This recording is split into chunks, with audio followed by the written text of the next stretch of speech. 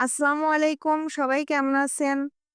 আশা করি সকলে ভালো আছেন। আমিও আলহামদুলিল্লাহ ভালো আছি। আজকে আমরা শুরু করতে যাচ্ছি নিউ ক্লাস স্কুলের পক্ষ থেকে ফ্রি ক্লাস। সেটা বাংলা ক্লাসের মাধ্যমে আমরা শুরু করতে যাচ্ছি। বাংলা ক্লাসের আমরা আজকে প্রথমত স্বরবর্ণ শিখব। স্বরবর্ণের কয়েকটি ধাপ আছে। আমরা প্রথমত স্বরবর্ণের ৪ টি বর্ণমালা নিয়ে ক্লাস করব। সেটা হচ্ছে স্বর অ, স্বর আ, হ্রস্ব ই এবং দীর্ঘ ই। এই ৪ টা বর্ণমালা নিয়ে আমরা আজকে ক্লাস করব। তো চলুন সবাই দেরি না করে ক্লাসে মনোযোগী হই। স্বরবর্ণ শিখব। স্বরবর্ণের প্রথম বর্ণমালা হচ্ছে স্বর অ এবং পরবর্তী বর্ণমালা হচ্ছে স্বর আ। যেটাকে আমরা আগে পড়েছি স্বরে আ। সেটাকে আমরা স্বরে আ না বলে এখন আধুনিকতার সাথে স্বর আ বলবো। শুদ্ধ উচ্চারণের জন্য আমরা স্বর আ বলবো। পরবর্তী বর্ণমালা হচ্ছে হ্রস্ব ই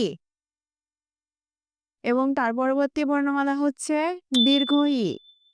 প্রথমত আমরা এই বর্ণমালা দিয়ে শব্দ গঠন করব। তো আমরা স্বর অতে এখানে আমরা পড়ব অলি। স্বর অতে অলি এবং স্বর আতে আম। পরবর্তী বর্ণমালা স্বর অতে আম এবং হ্রস্ব ইতে ইলিশ। আর দীর্ঘ ইতে পড়ব আমরা ঈগল। ঈগল। তাহলে আমরা বর্ণমালাগুলো দিয়ে শব্দ গঠন করে ফেলেছি। সেটা হচ্ছে স্বর অতে অলি, স্বর আতে আম, হ্রস্ব ইতে ইলিশ এবং দীর্ঘ ইতে ঈগল। এখন আমরা এই শব্দ দিয়ে বাক্য গঠন করব। সেটা হচ্ছে স্বর অতে অলি। অলি বসে ফুলে ফুলে। অলি বসে ফুলে ফুলে এবং স্বর আতে আম। আম রয়েছে গাছে ঝুলে এবং হ্রস্ব ইতে ইলিশ। ইলিশ ভাজা খেতে মজা এবং দীর্ঘ ইতে ঈগল। ঈগল হলো পাখির রাজা। তাহলে আমরা প্রথমে আবার ছন্দগুলো পড়ি।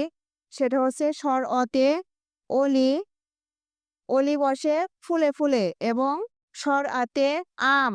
আম রয়েছে গাছে ঝুলে এবং হ্রস্ব ইতে ইলিশ। ইলিশ ভাজা খেতে মজা। দীর্ঘ ইতে ঈগল। ঈগল হলো পাখির রাজা। তো আজকে আমরা স্বরবর্ণের ৪ টা অক্ষর নিয়ে শব্দ গঠন এবং বাক্য তৈরি শিখলাম। পরবর্তী